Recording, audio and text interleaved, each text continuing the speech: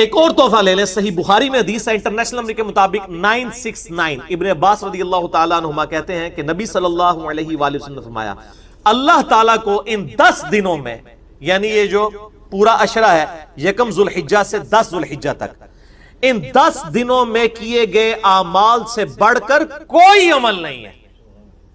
ایک صحابی نے عرض کیا یا رسول اللہ صلی اللہ علیہ وآلہ وسلم کیا اس میں نیکیاں کرنا جہاد سے بھی افضل ہے؟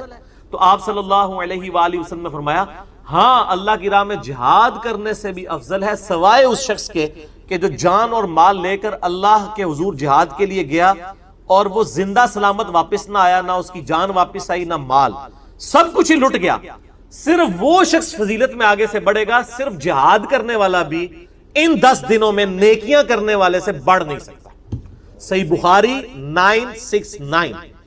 اور اسی حدیث کا ایک طریق جو ہے مسند احمد میں ہے انٹرنیشنل نمبر کے مطابق 6154، مصنف ابن ابی شیبہ میں 13919، انٹرنیشنل نمبر کے مطابق ابن عمر سے، اس میں بھی یہ الفاظ ہیں، اس میں آگے الفاظ ہیں کہ ان دنوں میں اللہ تعالیٰ کی کثرت کے ساتھ تکبیر، تحلیل اور تحمید بیان کرو۔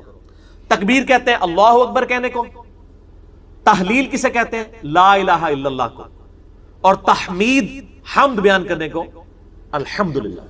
اور یہ دیکھیں ہماری جو تکبیرات جس پہ سنی شیعہ سب کا، پوری امت کا اجماع ہے، جو عملی تواتر سے ٹرانسفر ہوئی ہیں، ان میں یہ تینوں چیزیں آتی ہیں، اللہ اکبر اللہ اکبر، کیا ہو گیا تکبیر، لا الہ الا اللہ تحلیل، واللہ اکبر اللہ اکبر وللہ الحمد، تینوں چیزیں آ گئی نا۔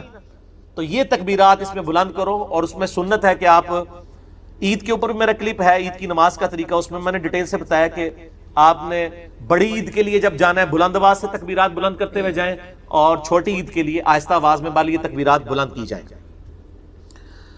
اور یہ جو حدیث ہے بخاری کی 969، اس کی ہیڈنگ میں امام بخاری لے کے آئے ہیں کہ ابن عمر اور ابو ہریرہ رضی اللہ تعالی عنہما بازار میں ان 10 دنوں میں جاتے تھے اور بلند آواز سے تکبیرات پڑھتے تھے، اللہ اکبر لا الہ الا اللہ واللہ اکبر اللہ اکبر وللہ الحمد، تاکہ لوگ بھی یعنی تکبیرات پڑھیں، یعنی تکبیر ہی تکبیر ہر طرف بلند کی جاتی تھی۔ اور اسی ہیڈنگ میں امام بخاری 969 کے اوپر ہیڈنگ میں لے کے، آپ پی ڈی ایف میں دیکھیں گے نا تو آپ کو امام بخاری کے باب کی ہیڈنگز تعلیقاً روایتیں مل جائیں گی، جن کی صحیح اسناد مصنف عبد الرزاق اور مصنف ابن ابی شیبہ میں بھی آپ کو، اور سنن کبری البیہقی میں، یہ 3 مین کتابیں ہیں صحابہ کے آثار کی جن میں آپ کو مل جائیں گی انشاءاللہ۔ تو امام بخاری لے کے آئے کہ امام محمد بن علی بن حسین، یہ نام ہے امام باقر کا جو امام جعفر کے والد تھے، امام محمد بن علی بن حسین بن علی، امام باقر کے بارے میں المتوفا 114 ہجری، کہ وہ نوافل کے بعد بھی تکبیرات کو بلند کیا کرتے تھے ان 10 دنوں میں، ان نماز پڑھنے کے بعد بھی، وہ سنتوں کے بعد، ایک تو فرض کے بعد بھی کرنی ہے، وہ روایت بھی آ گئی ہے المصنف ابن ابی شیبہ میں انٹرنیشنل نمبر کے مطابق 5631 ہے کہ مولا علی علیہ السلام رضی اللہ تعالیٰ عنہ، ان کے بارے میں آتا ہے کہ آپ رضی اللہ تعالیٰ عنہ 9 ذوالحجہ کی فجر سے لے کر 13 ذوالحجہ کی عصر تک ان تکبیرات کو بلند کیا کرتے تھے، جو ساری امت کرتی ہے۔ آپ دیکھتے ہیں نا کہ 9 ذوالحجہ، اور وہ یوم عرفہ سعودیہ والے کے مطابق نہیں کر رہے ہوتے ہیں، ہم اپنے مطابق کر رہے ہوتے ہیں، اللہ اکبر لا الہ الا اللہ واللہ اکبر اللہ اکبر وللہ الحمد، کم از کم ایک دفعہ پڑھیں فرض کے بعد۔ اور امام باقر کے بارے میں آ رہا ہے، امام بخاری لے کے ہیں کہ وہ نوافل اور سنتوں کے بعد بھی پڑھا کرتے تھے۔ اچھا، المصنف ابن ابی شیبہ میں آپ اگر تکبیرات والا چیپٹر نکالیں نا، جس سے میں نے یہ روایت مولا علی کی بیان کی، اس میں آپ کو 3 طرح کی تکبیرات ملیں گی، تینوں ہی سنت ہیں کیونکہ صحابہ اور تابعین سے ثابت ہیں۔ ایک تکبیر آپ کو یہ ملے گی کہ صحابہ کرام تکبیر بلند کرتے تھے، اللہ اکبر اللہ اکبر اللہ اکبر، صرف یہ بھی تکبیر بلند کر سکتے ہیں، یہ بھی عید کی تکبیرات ہیں۔ دوسری تکبیر جو مشہور ہے، اللہ اکبر لا الہ الا اللہ واللہ اکبر اللہ اکبر وللہ الحمد۔ اور تیسری تکبیر بھی ملتی ہے، اللہ اکبر کبیرہ والحمد للہ کثیرہ وسبحان اللہ بکرۃ واصیلا۔ اور یہ جو میں نے آخر میں دعا پڑھی تو صحیح مسلم میں اس کی فضیلت آئی ہے کہ ابن عمر کہتے ہیں کہ ایک شخص نے نبی الاسلام کے پیچھے پڑھی تو آپ فرمایا اس کے لیے تو آسمان کے دروازے کھول دیے گئے، اور کہتے ہیں اس دن کے بعد میں نے اس دعا کو کبھی نہیں چھوڑا۔ تو وہ ثنا کے طور پہ پڑھنا بھی اسے سنت ہے، یعنی سبحانک اللہم و بحمدک جو ہم پڑھتے ہیں نا، اس کی جگہ بھی یہ پڑھ سکتے ہیں اللہ اکبر کبیرہ والحمدللہ کثیرہ وسبحان اللہ بکرۃ واصیلا. یہ واو کے بغیر بھی ثابت ہے, واو کے ساتھ بھی ہے. اللہ اکبر کبیرہ الحمدللہ کثیرہ سبحان اللہ بکرۃ واصیلا, واو کے ساتھ ذرا اس میں کنٹینیوشن آ جاتی ہے. تو یہ تینوں تکبیرات ثابت ہیں. آپ کوئی سی تکبیر بھی بلند کریں وہ تکبیر ہی شمار ہوگی, اللہ تعالیٰ کی بڑائی کا بیان ہوگا. لیکن ہر مسئلے کے لیے میں آپ کو ایک ہی دعا بتا دیتا ہوں. اکثر لوگ مجھے ای میل کرتے ہیں جی روزگار کے لیے, کوئی کہتا ہے جی اولاد کے لیے, کوئی کہتا ہے جی پریشانی دور کرنے کے لیے, کوئی کہتا ہے جی جو رزق میں برکت کے لیے, کوئی کہتا ہے بیماری دور کرنے کے لیے کوئی دعا بتا دیں. بھائیو ہم آپ کو 50 دعائیں نہیں بتاتے ہیں, ایک دعا بتاتے ہیں, ایک دعا جو اکثر مسلمانوں کو پہلے ہی آتی ہے. اس کو ترجمے کے ساتھ یاد کر لیں اور اس دعا کو آپ ہر جگہ پڑھیں جس مقصد کے لیے پڑھیں. اور الحمدللہ قرآن حکیم میں سورۃ البقرہ کی آیت نمبر 201 کے اندر اللہ تعالیٰ نے وہ دعا اہل ایمان کو تعلیم فرمائی ہے اور مومنین کی نشانی بتایا ہے اس دعا کو کہ مومنین اس کے ذریعے اللہ تعالیٰ سے دعا مانگتے ہیں. اور آگے اللہ تعالیٰ نے اپنا فتویٰ بھی سنا دیا ہے کہ جو کوئی ان الفاظ کے ساتھ ہم سے دعا مانگتا ہے ہم اس کی اس دعا کو دنیا اور آخرت میں اس کے حق میں قبول کریں گے. الحمدللہ. اور وہ دعا ہے سورۃ البقرہ آیت نمبر 201 ربنا آتنا فی الدنیا حسنہ وفی الآخرۃ حسنہ وقنا عذاب النار. یہ وقف کر کے میں نے پڑھا اور کنٹینیوس پڑھیں گے. ربنا آتنا فی الدنیا حسنۃ وفی الآخرۃ حسنۃ وقنا عذاب النار. اب اس کا ترجمہ بھائیو یاد کرنا کوئی راکٹ سائنس ہے. ربنا آتینا, اے رب ہمارے ہمیں عطا فرما, ہمیں دے دے. فی الدنیا حسنہ, اس دنیا میں بھلائی. وفی الآخرۃ حسنہ, اور آخرت میں بھلائی. اور آخرت کی سب سے بڑی بھلائی کیا؟ وقنا عذاب النار, ہمیں آگ کے عذاب سے بچا لے. آمین. اللہم اجرنا من النار, اللہم اجرنا من النار, اللہم اجرنا من النار. اچھا مولویوں کی تسلی نہیں ہوئی, انہوں نے اس کے ساتھ لگا دیا وقنا عذاب القبری, وقنا عذاب الحشری, وقنا عذاب المیزان, پتہ نہیں کیا کچھ لگا دیا. حالانکہ تعلیم کی کمی ہے. دنیا اور آخرت اس میں کور ہو جاتی ہے. کیوں؟ پھر دنیا حسنہ میں پوری دنیا کور, وفی الآخرۃ حسنہ میں قبر بھی کور, میدان حشر بھی کور, میزان عمل بھی کور. کیوں؟ بخاری اور مسلم کی متفق علیہ حدیث ہے کہ آپ صلی اللہ علیہ وسلم نے فرمایا جو شخص مر گیا اس کی قیامت قائم ہو گئی, مرتے ہی قیامت قائم ہو گئی. اور بخاری اور مسلم کی متفق علیہ حدیث ہے کہ آپ صلی اللہ علیہ وسلم کی وفات کے دنوں میں سیدہ عائشہ کہتی ہیں میرے بھائی نے مسواک اٹھائی بھی تھی, آپ نے مجھ سے مانگی, میں نے انہوں نے چبانے ہی شروع کی تو وہ چبائی نہ گئی, سخت تھی, تو میں نے اپنے منہ میں چبا کر آپ صلی اللہ علیہ وسلم کے منہ میں ڈالی. اللہ تعالیٰ نے میرے تھوک کو اور نبی صلی اللہ علیہ وسلم کے تھوک کو اس دن جمع فرما دیا ایک ہی جگہ پر جو نبی صلی اللہ علیہ وسلم کی دنیا کی زندگی کا آخری دن اور آخرت کی زندگی کا پہلا دن تھا. بخاری اور مسلم میں. تو اما عائشہ حضور کی وفات کے دن کو کیا کہہ رہی ہیں؟ آخرت کی زندگی کا پہلا دن. تو وہ فی الآخرۃ حسنہ میں قبر بھی آ گئی, آخرت بھی آ گئی, میزان عمل بھی آ گیا, سب کچھ آ گیا. تو یہ مولویوں نے خام خواہ بیچ میں چیزیں, وہ کسی نے ودخلنا مال ابرار یا عزیز و یا غفار, پتہ نہیں کیا کچھ بیچ میں لگایا ہوا ہے. بس یہ کامل دعا یہی ہے, ربنا آتینا فی الدنیا حسنہ وفی الآخرۃ حسنۃ وقنا عذاب النار. اس کو بدل نہیں سکتے, یہ بہت خطرناک معاملہ ہے. بخاری اور مسلم کی متفق علیہ حدیث ہے, ایک صحابی کو آپ نے دعا تعلیم فرمائی وضو کے بعد کی, اس میں الفاظ تھے بنبی کا ارسلتا, میں ایمان لایا اس پر جو تیرے نبی کے ساتھ نازل ہوا. اس صحابی نے دعا پڑھتے ہوئے کہہ دیا برسولی کا ارسلتا. اب کوئی فرق ہے؟ میں ایمان لایا اس کتاب پر جو تیرے رسول پر نازل ہوئی. رسول تو سپرلیٹو ڈگری ہے, نبی سے بھی اوپر کی ڈگری. ہر نبی رسول نہیں ہوتا, چاند ایک رسول ہے. آپ صلی اللہ علیہ وسلم فرمایا تو نے میرے الفاظ کیوں چینج کیے؟ وہی کہہ جو میں نے کہا تھا بنبی کا ارسل تھا. اب اس نے نہیں کہا یا رسول اللہ میں نے کون سی گستاخی کر دی ہے, میں تو اچھے الفاظ استعمال کیے ہیں, عشق دے چلے نمبر لے گئے, عقل والے آتے انجے ہی عملہ گالیاں, کچھ نہیں انہوں نے کہا. اب جو نبی صلی اللہ علیہ وسلم اپنے الفاظ کو نہیں بدلنے دے رہے اور اچھے الفاظ اس نے استعمال کیے, وہ یہ اجازت دیں گے کہ آپ صلی اللہ علیہ وسلم کی سنت دعاؤں کو آپ اس حوالے سے چینج کریں کہ اس میں چیزیں ایڈ کرنا شروع کر دیں, یہ آپ صلی اللہ علیہ وسلم اجازت دیں گے؟ تو یہ بدعت کے ٹاپک پہ میں نے کم از کم 5 گھنٹے کی گفتگو ریکارڈ کروا دی ہے, مسئلہ نمبر 75A اور 75B اہل سنت پاک.com پہ. اس میں بھی میں نے یہ ان حدیثوں کو ڈیٹیل کے ساتھ ڈسکس کیا تھا. لہذا نوکری کا مسئلہ ہو, رشتے کا مسئلہ ہو, پیپر دیے ہوئے وہ پاس ہونے کا ایشو ہو, بیماری کا مسئلہ ہو، کوئی مسئلہ ہے اپنے ذہن میں رکھیں اور پھر دنیا حسنہ کو دل میں رکھیں کہ دنیا میں میرے لیے بھلائی، ہر چیز بھلائی، اچھی صحت کیا بھلائی نہیں ہے، اچھی نوکری کیا بھلائی نہیں ہے، اچھی بیوی کیا بھلائی نہیں ہے، ہر چیز ذہن میں رکھتے ہوئے جو آپ کی خواہش ہے یہ دعا کریں، ربنا آتنا فی الدنیا حسنہ وفی الآخرۃ حسنۃ وقنا عذاب النار، اور اس میں یقین کریں آپ کو گلٹ بھی نہیں ہوگا، صرف آپ اللہ سے دنیا نہیں مانگ رہے ہوں گے، کیونکہ سورۃ البقرہ میں آتا ہے کہ جو دنیا دار لوگ ہیں نا، جو اللہ سے باغی لوگ ہیں، وہ کہتے ہیں اللہ ہمیں دنیا میں ہی عطا فرما دے، اور اللہ تعالیٰ پھر ساتھ فرماتا ہے سورۃ البقرہ آیت نمبر 201 کہ جو میرے نیک ایمان والے بندے ہیں وہ یہ نہیں کہتے اللہ ہمیں دنیا میں ہی دے دے، وہ کہتے ہیں ربنا آتنا فی الدنیا حسنہ وفی الآخرۃ حسنۃ وقنا عذاب النار۔ اچھا اب آپ ویسے دعا کر رہے ہو اللہ میں پاس ہو جاؤں یا اچھا رشتہ ہو جائے یا نوکری لگ جائے، اس وقت آپ پیورلی دنیا کی دعا کر رہے ہوں گے، لیکن جب آپ یہ دعا کریں گے تو آپ اللہ تعالیٰ کو بھی ناراض نہیں کریں گے، دونوں چیزیں ایڈ ہو جائیں گی ساتھ، یعنی اللہ تعالیٰ کو بھی آپ سے کوئی گلہ شکوہ اس حوالے سے نہیں رہے گا، آپ کہہ رہے ہوں گے یا اللہ ربنا آتنا فی الدنیا حسنہ وفی الآخرۃ حسنۃ وقنا عذاب النار، تو آپ اہل ایمان میں شامل ہو جائیں گے سورۃ البقرہ آیت نمبر 201 کے تحت۔ اسی کانٹیکسٹ میں 3 احادیث ہیں بڑی اہم، الحمدللہ۔ پہلی حدیث صحیح بخاری میں 6399، صحیح مسلم میں 6840، مشکات میں 2487، سیدنا انس ابن مالک رضی اللہ تعالیٰ عنہ جنہوں نے 10 سال تک آپ صلی اللہ علیہ وسلم کو وضو کروایا، آپ کی وفات کے بعد 82 سال تک زندہ رہے اور 93 ہجری کے اندر بصرہ میں فوت ہوئے، آخر میں فوت ہونے والے چند صحابہ میں سے ہیں انس ابن مالک، بہت قریبی صحابی آپ صلی اللہ علیہ وسلم۔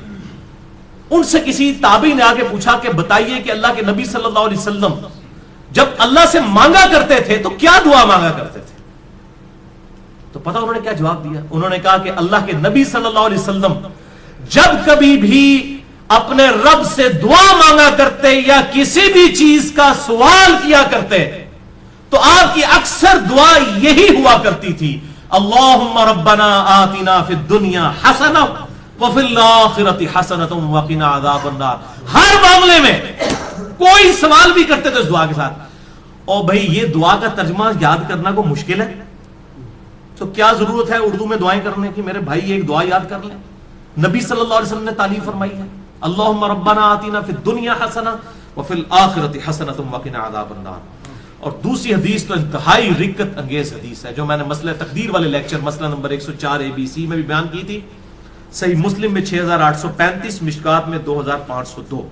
یہی انس ابن مالک کہتے ہیں جنہوں نے یہ دعا روایت کی ہے، یہ کہتے ہیں کہ آپ صلی اللہ علیہ وسلم کے زمانے میں آپ کا ایک صحابی بیمار ہو گیا تو آپ اس کی عیادت کے لیے تشریف لے گئے، وہ اتنا کمزور ہو چکا تھا بیماری کی وجہ سے جیسے کہ پرندے کا کوئی بچہ ہوتا ہے چھوٹا سا، ہڈیوں کا ڈھانچہ بن چکا تھا۔ آپ نے جب اس کی حالت دیکھی آپ کو پتا چل گیا کہ انہیں کو کم پایا، آپ نے فرمایا وہ بتا تو اللہ سے کیا مانگتا رہتا ہے؟ اس نے کہا یا رسول اللہ میں اللہ سے دعا کرتا ہوں اے اللہ جو تو نے مجھے آخرت میں عذاب دینا ہے دنیا کی زندگی میں ہی دے لے، وَلِعَوْذُ بِاللَّهِ تعالی۔ آپ فرمایا سبحان اللہ، اللہ پاک ہے۔ جب آپ حیران ہوتے تو یہ بات کہا کرتے سبحان اللہ، اوے تو اللہ تعالیٰ کا اس دنیا میں عذاب سہ سکتا ہے جو اللہ سے تو نے یہ دعا کی؟ نہ تو دنیا کی زندگی میں اللہ کا عذاب برداشت کر سکتا ہے نہ آخرت کی زندگی میں، اور تجھے تو چاہیے تھا کہ تو اللہ سے دعا کرتا اللہم ربنا آتنا فی الدنیا حسنہ وفی الآخرۃ حسنۃ وقنا عذاب النار۔ یہ کیا تو دعائیں کرتا رہے؟ اس میں وہ فنیٹک قسم کے جو صوفیاء ہیں نا ان کا بھی ارادہ، وہ کہتے ہیں سانو دنیا نہیں چاہیے آخرت ہی چاہیے، اور اللہ کے نبی کہہ رہے ہیں دنیا بھی اچھی آخرت بھی اچھی۔ اچھا انس ابن مالک کہتے ہیں جب آپ صلی اللہ علیہ وسلم نے اسے یہ بات ارشاد فرمائی پھر اس نے یہی دعا مانگ کر اللہ کی طرف متوجہ ہوا، اللہم ربنا آتنا فی الدنیا حسنہ وفی الآخرۃ حسنۃ وقنا عذاب النار، تو اللہ تعالیٰ نے اسے شفا عطا فرما دی۔ اب اس سے بھی پتہ چلا بیماری کی شفا بھی یہی ہے، اللہم ربنا آتنا فی الدنیا حسنہ وفی الآخرۃ حسنۃ وقنا عذاب النار۔ آپ میں کہتا ہوں یہ جامع دعا کریں، ساری دعائیں جو ہیں اس کے اندر شامل ہیں۔ اچھا قرآن میں تو ہے ربنا آتنا فی الدنیا حسنہ، اور بخاری مسلم میں ہے اللہم ربنا آتنا فی الدنیا حسنہ، تو اللہم کے ساتھ اے ہمارے اللہ یہ بھی ٹھیک ہے اور صرف ربنا آتنا بھی ٹھیک ہے، بلکہ قرآن حکیم میں سورۃ المائدہ میں حضرت عیسیٰ علیہ السلام کی جو دعا آتی ہے اس میں بھی ہے اللہم ربنا انزل علینا مائدۃ من السماء، تو قرآن میں بھی الفاظ ہیں اللہم ربنا کے۔ ویسے تو ہمارے لیے بخاری مسلم کے الفاظ ہی کافی تھے، لیکن میں پھر بھی کیڑا نکالنے کے لیے، کوئی یہ نہ کہ جی قرآن میں تو صرف ربنا آیا، آپ اللہم کیوں لگا رہے ہیں؟ تو اللہ تعالیٰ نے بھی یہ دعا حضرت عیسیٰ علیہ السلام کی نقل کی ہے، اللہم ربنا آتنا فی الدنیا حسنہ، یہ پڑھنا بخاری اور مسلم سے ثابت ہوا. اور اللہم ربنا انزل علینا مائدۃ من السماء، سورۃ المائدہ کے آخری رکوع میں حضرت عیسیٰ علیہ السلام کے کانٹیکسٹ میں یہ الحمدللہ اللہم ربنا کے ساتھ یہ آئی ہے. اور تیسری حدیث سنن ابی داؤد میں 1892، مشکات میں 2581، عبداللہ بن صائب کہتے ہیں کہ میں نے خود نبی صلی اللہ علیہ وسلم کو رکن یمانی اور حجر اسود کے درمیان وہ جو مستجاب دیوار ہے یہ دعا مانگتے ہوئے سنا ہے، اللہم ربنا آتنا فی الدنیا حسنہ وفی الآخرۃ حسنۃ وقنا عذاب النار. اسے مستجاب دیوار کہتے ہیں. مستجاب کہتے ہیں دعا کی قبولیت کی جگہ. 70 انبیاء کا مصلی ہے، آپ وہاں پر کھڑے ہوں تو آپ کا رخ دونوں قبلوں کی طرف ہو جاتا ہے، بیت المقدس کی طرف بھی اور خانہ کعبہ کی طرف بھی. اس دوران آج تک حاجی، عمرہ کرنے والے اور حج کرنے والے یہ دعا مانگتے ہیں، ربنا آتنا فی الدنیا حسنہ وفی الآخرۃ حسنۃ وقنا عذاب النار. یہ بس اتنے ہی الفاظ ہیں، باقی جو ایڈ کیے لوگوں نے خود کیے. میں تو دعا کی قبولیت کی جو جگہ ہے خانہ کعبہ شریف، وہاں پر بھی آپ نے یہی دعا مانگی، ربنا آتنا فی الدنیا حسنہ وفی الآخرۃ حسنۃ وقنا عذاب النار. اسماء اعظم اور دعا کی قبولیت کے لیے کیا کیا طریقے ہیں، اس حوالے سے میرا مسئلہ نمبر 82 ڈیٹیل کے ساتھ ریکارڈ ہے. اور بھائیو، بخاری اور مسلم اور باقی احادیث کی روشنی میں کئی ایک مقامات ہیں جو دعا کی قبولیت کی جگہ ہیں. مثلا اذان اور اقامت کے درمیان جو وقفہ ہے جماعت کھڑے ہونے تک کا، یہ دعا کی قبولیت کا سبب ہے. ابو داؤد میں حدیث موجود ہے. آج میرا ٹاپک نہیں اس لیے میں سکپ کر رہا ہوں. اسی طریقے سے تیز بارش کے وقت دعا قبول ہوتی ہے. میدان جنگ میں، جنگ کے دوران عین، اس وقت دعا کی قبولیت کا وقت ہے. جمعے والے دن خطیب جب جو ہے وہ 2 خطبوں کے درمیان وقفہ کرتا ہے، اس دوران دل میں دعا مانگی جائے، وہ قبولیت کا وقت ہے. اور کئی ایک قبولیت کے وقت ہیں، لیکن ایک وقت ایسا ہے جو ہر وقت آپ کے پاس اویلیبل ہے. اسی کانٹیکسٹ میں آپ کو اگلی 5 حدیثیں میں بیان کرنے لگا ہوں، اور وہ ہے نماز میں دعا مانگنا، جس کے لیے آپ کو جمعے کے دن کے انتظار کی ضرورت نہیں ہے، کسی اور چیز کی ضرورت نہیں. جب بھی آپ نماز پڑھیں، یہ 5 حدیثیں اسی پہ ہماری گفتگو کنکلوڈ ہوگی. پہلی حدیث صحیح بخاری میں 6230، صحیح مسلم میں 897، مشکات میں 909، کہ آپ صلی اللہ علیہ وسلم نے صحابہ اکرام علیہم رضوان کو تشہد تعلیم فرمایا، التحیات للہ والصلوات والطیبات عبدہ ورسولہ تک. اور اس کے بعد آپ صلی اللہ علیہ وسلم نے فرمایا جب یہ تشہد پڑھ چکو، اس کے بعد جو من پسند دعا ہو وہ تم اپنے رب سے مانگ سکتے ہو، جو بھی من پسند، یعنی جو بھی دعا مانگنی ہے. آپ کتاب و سنت میں اگر کوئی دعا آئی ہے وہ بھی مانگ سکتے ہیں، اس کے علاوہ بھی کوئی مانگ سکتے ہیں، لیکن مانگیں گے عربی میں. عربی سمبل آف یونٹی ہے مسلمانوں کا. اور ویسے ایک دعا ہی اللہم ربنا آتنا فی الدنیا حسنہ وفی الآخرۃ حسنۃ وقنا عذاب النار، یہی کافی ہے. بل اس حدیث میں عدم ذکر ہے درود ابراہیمی کا، وہ اگلی حدیثوں میں موجود ہے. صحیح مسلم میں 1739، مشکات میں 1257 میں ہے کہ اما عائشہ کہتی ہیں کہ نبی صلی اللہ علیہ وسلم جب تشہد بیٹھتے اللہ کی حمد بیان کرتے، اس کے بعد دعائیں کرتے. اور یہی حدیث سنن نسائی میں 1720 اور 1721 ہے کہ آپ صلی اللہ علیہ وسلم اللہ کی حمد بیان کرتے، اس کے بعد نبی صلی اللہ علیہ وسلم پر درود پڑھتے، اور اس کے بعد اپنے رب سے دعائیں مانگا کرتے.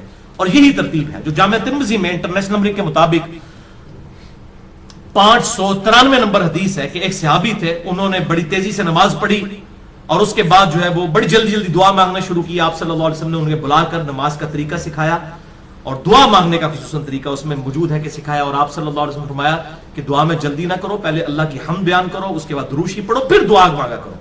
اتنے میں ایک اور شخص آیا جس نے اللہ کی حمد بیان کی، درود شریف پڑھا، پھر دعا مانگی. تو آپ نے 2 دفعہ فرمایا سل تعطا، سل تعطا، مانگ تجھے دیا جائے گا، مانگ تجھے دیا جائے گا.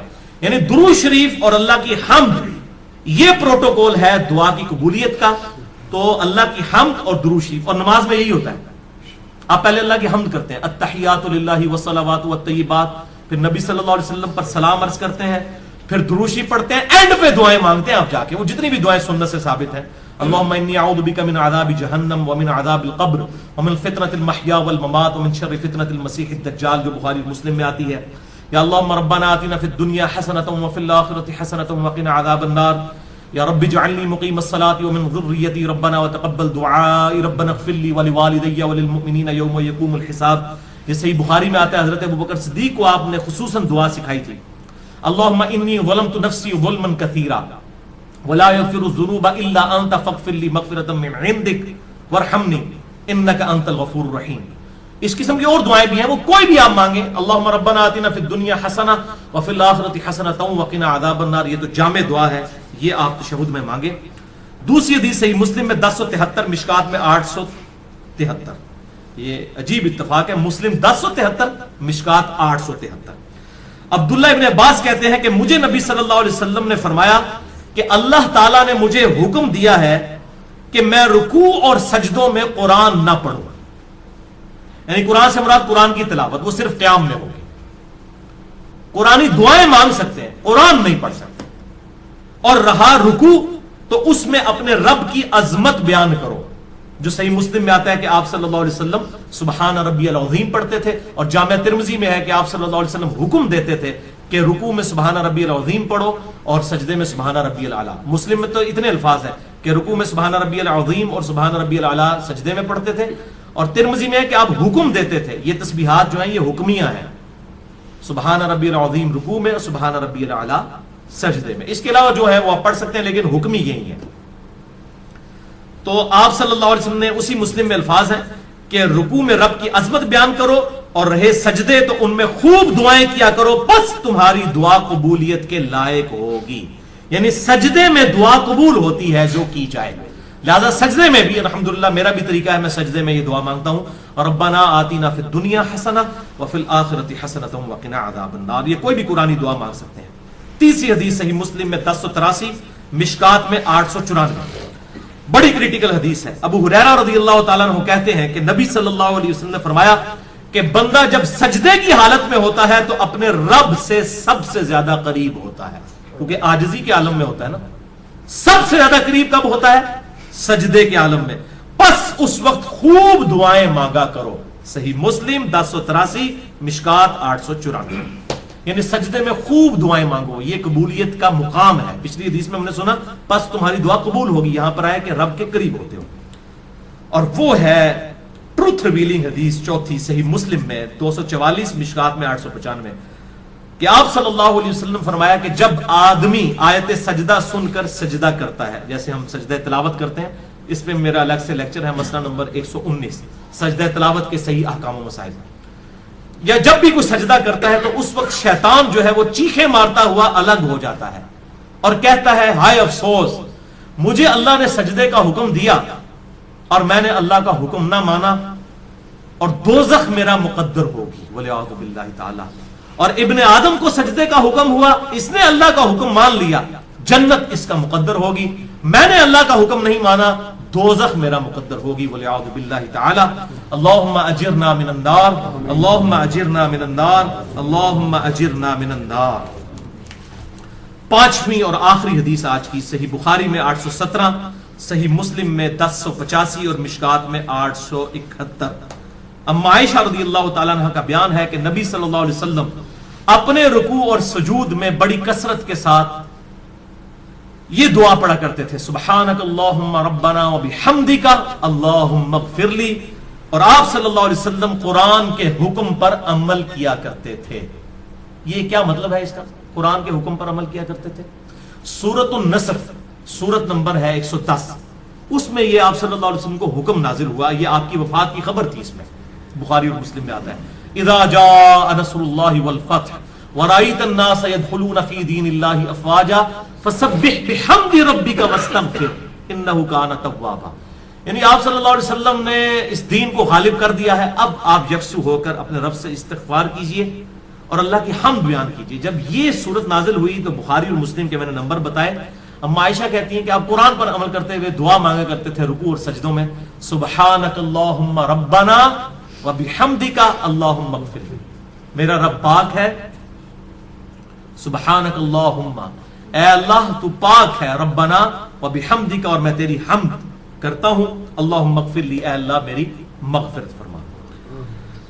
تو اس کے علاوہ بھی کئی ایک اذکار ہیں. صحیح مسلم میں آتا ہے سبوح قدوس رب الملائکۃ والروح. اسی طریقے سے سبحان ربی العظیم رکوع میں، سجدے میں سبحان ربی الاعلی.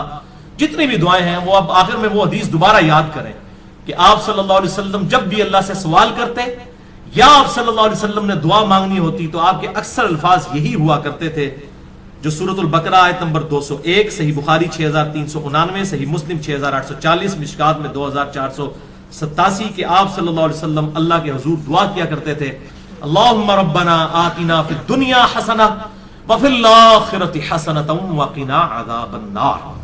اللہ تعالیٰ سے دعا ہے جو حق بات میں نے کہی اللہ تعالیٰ ہمارے دلوں میں راسخ فرمائے، اگر جذبات میں میرے منہ سے کوئی غلط بات نکل گئی تو اللہ تعالیٰ ہمارے دلوں سے محف کر دے، ہمیں کتاب و سنت کی تعلیمات پر عمل کر کے دوسرے بھائیوں تک پہنچانے کی توفیق عطا فرمائے۔ سبحانک اللہم و بحمدک، اشہد ان لا الہ الا انت، استغفرک و اتوب الیک، وما علینا الا البلاغ المبین۔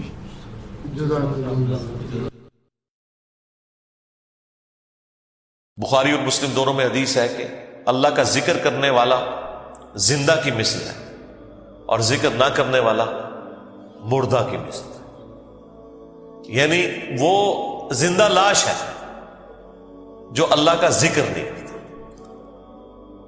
جامع ترمذی میں حدیث ہے، ایک صحابی حاضر ہوئے، یا رسول اللہ مجھے کوئی ایسی نصیحت کریں کہ اس کے بعد مجھے کسی چیز کی ضرورت نہ رہے۔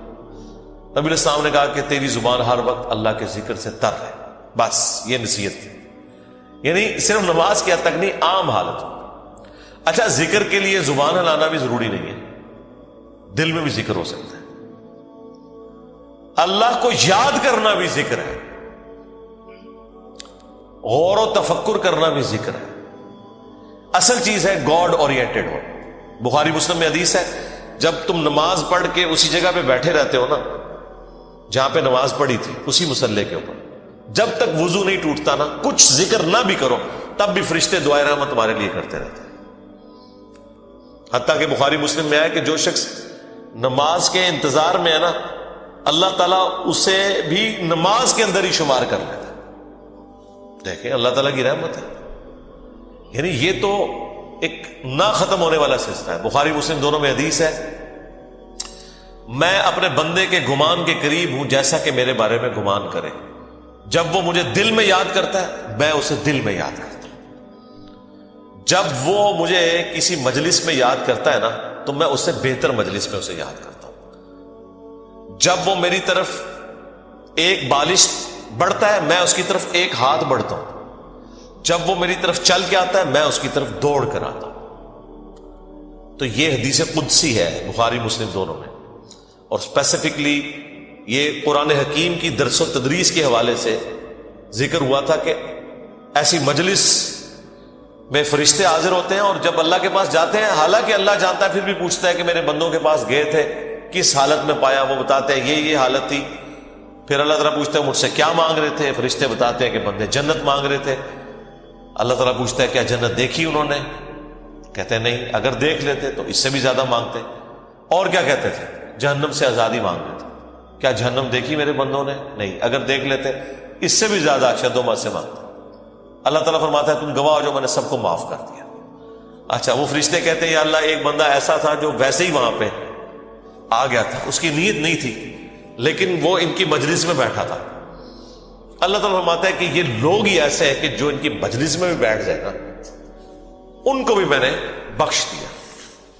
وہ جو کہہ رہے ہوتے ہیں نا غوث پاک کے درس میں بھی اگر کوئی بیٹھ گیا، کہانیوں میں نہیں میرے بھائی، درس قرآن میں، وہ چاہے غوث پاک دے رہے ہو یا کوئی انجینئر پاک دے رہے ہو یا کوئی ڈاکٹر پاک دے رہے ہو، اگر اخلاص کے ساتھ کوئی اللہ کا ذکر کر رہا ہے، خالص توحید بتا رہا ہے، قرآن و سنت کی تعلیمات بتا رہا ہے، اس کی مجلس میں بیٹھنے والے کے لیے جنت کا راستہ آسان ہو جائے گا۔ وہ تو حدیث ہے صحیح مسلم کے اندر کہ جو علم کے راستے پہ چلتا ہے اللہ تعالیٰ جنت کا راستہ اس کے لیے آسان کر دیتا ہے۔ یہ تو بالکل اسٹیبلش چیز ہے۔ تو یہ ذکر ایسا معاملہ ہے کہ کوئی دل میں بھی یاد کرتا ہے نا، اللہ اس کو پھر دل میں یاد کرتا ہے۔ فَاذْكُرُونِي أَذْكُرْكُمْ، یہ تو قرآن میں سورۃ البقرہ میں ہے، اے میرے بندے مجھے یاد کر میں تیرا ذکر کروں گا، اور اس سے بہتر مجلس میں کروں، فرشتوں کی مجلس میں کروں۔ اور انسان کی کتنی خوش نصیبی ہے کہ انسان اللہ کو یاد کرے، اللہ تعالیٰ اس کے رسپانس میں اسے یاد کرتا ہے۔ انسان کا اللہ کو یاد کرنا یہ چھوٹی چیز ہے، اللہ کا اپنے بندے کو یاد کرنا یہ بڑی چیز ہے۔ سنن ابن ماجہ میں حدیث ہے، اور یہ تعلیقاً امام بخاری بھی یہ حدیث لے کے آئے ایک چیپٹر کی ہیڈنگ میں، اور یہ اتنی رکت انگیز حدیث ہے کہ اس حدیث کو میں نے اپنے اسکار کارڈ میں بھی شامل کیا ہے کہ میں اپنے بندے کے ساتھ ہوتا ہوں اس وقت جب وہ میرا ذکر کر رہا ہوتا ہے اور اس کے ہونٹ میرے ذکر کی وجہ سے ہل رہے ہوتے ہیں. زبان سے ذکر کرنا یہ سب سے افضل ذکر ہے، کیونکہ اس میں آپ کی زبان، اعضاء، دل، دماغ سب کچھ شامل ہو جاتا ہے. دل میں بھی ذکر کرنے کا ثواب ہے، لیکن زبان سے کرنا افضل ہے. اسی لیے آپ دیکھیں جو آبلیگیٹری چیزیں ہیں وہ اللہ تعالیٰ نے زبان کے ساتھ جوڑ دی ہیں. یعنی نماز آپ دل میں نہیں پڑھ سکتے، زبان سے پڑھنی ہے، اور کم از کم اتنی آواز سے کہ وہ خود آپ محسوس کر رہے ہو. محسوس سے مراد یہ نہیں ہے کہ 10 نمازی دیر تک سن رہے ہیں، نہیں، محسوس سے مراد ہے کہ آپ کو فیل ہو رہا ہے کہ آپ کو اپنی زبان سے پڑھ رہے ہیں. اس طریقے سے جانور قربان کرنا ہے تو تکبیر اتنی آواز سے کہنی ہے کہ آپ کے کان خود سن رہے ہیں. جو آبلیگیٹری چیزیں ہیں وہ اللہ تعالیٰ نے زبان کے ساتھ جوڑی ہوئی. زبان کا ذکر بہرحال دل کے ذکر سے افضل ہے. باقی ریاکاری والا جو ایشو ہے وہ ہر شخص کا ایک پرسنل معاملہ ہے، کسی کے اوپر ہم فتویٰ نہیں لگاتے. لیکن جو اللہ تعالیٰ نے آبلیگیٹری نمازیں رکھ دی ہیں وہ تو اتنی اعلانیہ رکھی ہوئی ہیں کہ خود بخود ریاکاری کا چانس ہے، تو وہ ریاکاری نہیں ہے. بعض اوقات شیطان کسی کو وسوسہ دلاتا ہے میں جماعت سے نماز پڑھوں گا یا مسجد میں زیادہ دیر بیٹھوں گا تو باقی لوگ کہیں گے کہ جی یہ لوگ بڑا نیک ہو گیا ہے تو اس سے میرے دل میں تکبر آ جائے گا. یہ شیطانی وسوسہ ہوتا ہے نا، اس طرح نہیں سوچنا کبھی بھی. آپ نے خالص رہنا ہے. صحیح مسلم میں حدیث ہے، صحابہ کرام نے کہا یا رسول اللہ بعض اوقات ہم نیکی کا کوئی کام کرتے ہیں حالانکہ پوری نیک نیتی سے کر رہے ہوتے ہیں، یہ نیت نہیں ہوتی کہ لوگ ہماری تعریف کریں، لیکن پھر بھی لوگ تعریف کر دیتے ہیں اور وہ ہمیں اچھی بھی لگتی ہے. ظاہر تعریف کسے بری لگتی ہے، تو کیا یہ ریاکاری ہے؟ آپ نے فرمایا نہیں، یہ ریاکاری نہیں ہے، بلکہ یہ دنیا میں اللہ تعالیٰ کا انعام ہے اپنے بندے کے لیے کہ کسی بندے کی تعریف کوئی کر دے. لیکن دوسری طرف نبی علیہ السلام نے اس بندے کے لیے یہ کہا ہے کہ کسی کے منہ پہ ایسی تعریف نہیں کرنی ہے کہ وہ تکبر کے اندر مبتلا ہو جائے. جس کی ہو رہی ہے اس نے خواہش کا اظہار نہیں کرنا کہ لوگ میری تعریف کریں. تو یہ باریک سے فرق ہوتے ہیں جس کی وجہ سے بعض اوقات شیطان، میں نے کئی لوگوں کو سنا ہے کہ جی ہم نے داڑھی رکھ لی تو پھر لوگ مسائل پوچھیں گے، لوگ ہمیں نیکوکار کہیں گے، اس لیے جی ہم داڑھی نہیں رکھ رہے. پھر وہ قرآن و حدیث سے سب سے بڑی دلیل دینا شروع کر دیتے ہیں جی ڈاکٹر اقبال کی بھی داڑھی نہیں تھی. قرآن و حدیث ان کے نزدیک یہ ہے کہ ڈاکٹر اقبال کی داڑھی نہیں تھی، اور پوری زندگی ڈاکٹر اقبال کو یاد کرتے کرتے مر جاتے ہیں. اللہ کے نبی علیہ السلام کو پس پش ڈال دیتے ہیں. کئی لوگ ہیں وہ کہتے ہیں کہ جی وہ جی ہاں نبی علیہ السلام خواب میں زیارت کروا کے خود منو ایک بار بھی کہہ دینا میں داڑھی رکھ لینی ہے. تو میں ان کو کہتا ہوں وہ 1400 سال پہلے کہہ کے گئے ہیں بھائی. اور اس سے بھی بڑھ کر اللہ قرآن میں کہہ گیا سورہ النساء کی آیت نمبر 119 کہ یہ شیطان کا راستہ ہے، کہ شیطان کہے گا. اس نے یہ وعدہ کیا تھا اپنے رب کے ساتھ وَلَآمُرَنَّهُمْ فَلَيُغَيِّرُنَّ خَلْقَ اللَّهِ، اے اللہ میں تیری مخلوق کو ابھاروں گا کہ وہ تیری بنائی ہوئی تخلیق کو بدل دیں گے. تو یہ تخلیق اللہ نے دی تھی مرد کے لیے. اتنی داڑھی رکھنا کہ جسے عرف عام میں داڑھی کہا جائے یہ مرد کے لیے آبلیگیٹری. تو ہر بندے نے کوئی نہ کوئی اپنے لیے لیم ایکسکیوز رکھا ہوا ہوتا ہے. تو میں ان کو بھی کہتا ہوں بھائی 1400 سال پہلے حکم ہو چکا ہے بھائی، اب کس حکم کا آپ انتظار کر رہے ہیں. تو بعض اوقات شیطان یہ بھی وسوسہ دلاتا ہے کہ جی اگر میں جماعت سے نماز پڑھوں گا تو لوگ کہیں گے یہ بڑا نیکوکار ہے لہٰذا میں گھر میں ہی پڑھ لیتا ہوں. نہیں بھائی، جو فرض چیزیں وہ آپ نے حکم پہ عمل کرنا ہے، اپنی عقل کو اس میں دخل نہیں دینا. اب داڑھی بھی سامنے نظر آ رہی ہے، داڑھی تو ظاہر چہرے پہ رکھی جائے گی نا، پیٹ میں تو صرف بزرگوں کی داڑیاں ہوتی ہیں، ہاں بابوں کی، اور جو کتابوں کے ماننے والے ہیں ان کی داڑھی تو باہر ہوتی ہے، وہ تو سامنے رکھنی ہوگی. اسی طریقے سے نماز بھی لوگوں کے سامنے ہی پڑھنی پڑے گی جماعت سے. یہ تو ہو ہی نہیں سکتا کہ آپ کہ میں نے جماعت سے نماز نہیں پڑھنی ہے، گنہگار ہوں گے. یہ مرد کے لیے میں کہہ رہا ہوں، عورت تو ظاہر ہے اس کے لیے تو حکم ڈفرینٹ ہے. تو یہ چیزیں اللہ تعالیٰ نے اپنی یاد کے لیے دیکھیں کتنے الارمز فٹ کیے ہوئے ہیں، ہمیں کتنے سگنل پورے دن میں ملتے ہیں. انسان اللہ تعالیٰ سے اپنے آپ کو بے نیاز کر ہی نہیں سکتا. میں ایک ہسٹری چینل کے اوپر یا نیشنل جغرافک پہ ایک ڈاکومنٹری دیکھ رہا تھا. ایک کوئی نان مسلم تھا تو وہ مختلف مسلمان اسکالرس کے پاس نا امریکہ میں انٹرویو کرنے جا رہا تھا کہ ہمیں آپ ریلیجن کے بارے میں بتائیں کہ اسلام کیا ہے. تو وہ امریکہ میں ایک شیعہ عالم تھے، ینگ تھے. اس سے جب اس نے سوال کیا نا کہ اسلام کیا ہے تو اس نے کہا اسلام خدا کے گرد سینٹرڈ ہے، بس کہ ہر وقت خدا آپ کے سامنے ہونا چاہیے. یہ اسلام کی بیسک ڈیفینیشن ہے. واقعی اس طرح یہی بات ہے. اسلام کیا ہے؟ ٹو سبمٹ یور ول، اللہ کے سامنے سر تسلیم خم کرنا. اچھا اب یہ بات مجھے بھی پتا، لیکن جب میں نے اس بندے کے منہ سے یہ بات سنی نا، پھر میں نے غور کرنا شروع کیا. اس نے کہا کہ ہر وقت اللہ آپ کے سامنے ہونا چاہیے. تو پھر میں نے سوچا واقعی یار اسلام تو ہے ہی سینٹرڈ اراؤنڈ گاڈ ہے. صبح سے لے کر شام تک ہر چیز خدا کے گرد گھومتی ہے. صبح اٹھ کے آپ پہلا جملہ کیا بولتے ہیں؟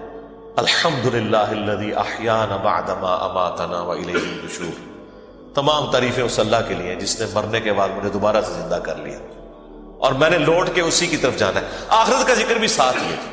یہ تلوار جو ہے نا یہ ہر وقت لٹکی رہے گی. آپ دیکھیں دنیا میں جتنی دعائیں ہو رہی ہوتی ہے نا، آخرت کا موت کا ذکر ساتھ پیرلل میں آ رہا ہوتا ہے کہ تیاری سٹارٹ ہی صبح کیا ہو رہا ہے، اے اللہ موت کے بعد زندگی دی ہے اور پھر میں نے مار کے تیرے پاس ہی آنا ہے جو آخری موت ہے جس کے بعد میں نے اٹھنا بھی کوئی نہیں، پھر قیامت میں ہی اٹھنا ہے. یہ سٹارٹ ہو رہا ہے. نماز پڑھیں گے، وہ تو ذکر کی اعلیٰ ترین چیز، واقعی میں صلاۃ لذکری، میری یاد کے لیے نماز کو قائم رکھنا. اور نماز کے بعد بھی اذکار، نماز کے اندر بھی اذکار. مسجد میں جانے کی دعا وہ بھی گاڈ اورینٹڈ، مسجد سے نکلنے کی دعا، ٹوائلٹ گئے ہیں تو اس میں جانے کی دعا، اس سے نکلنے کی دعا. پھر گھر سے نکلے ہیں پھر اللہ کو یاد کر کے نکلے. جہاں جا رہے ہیں اپنا کوئی کام سٹارٹ کر رہے ہیں تو اللہ کے نام سے سٹارٹ کر رہے ہیں. اور ساتھ یہ ٹینشن لگی ہوئی ہے کہ فجر تو پڑھ لی ہے، اب زور کا وقت اتنے بجے ہے. اپنے آپ شیڈیول کو سیٹ کرتے ہیں تاکہ میں جماعت سے نماز پڑھ سکوں. تو بس جو یہ شیڈیول طے کر رہا ہے نا، وہ بھائی فجر سے لے کے زور تک نماز کی حالت میں ہے، کیونکہ وہ نماز کے انتظار میں بیٹھا ہے. نماز کے انتظار میں بیٹھنے کے لیے مسجد میں بیٹھنا ضروری نہیں ہے.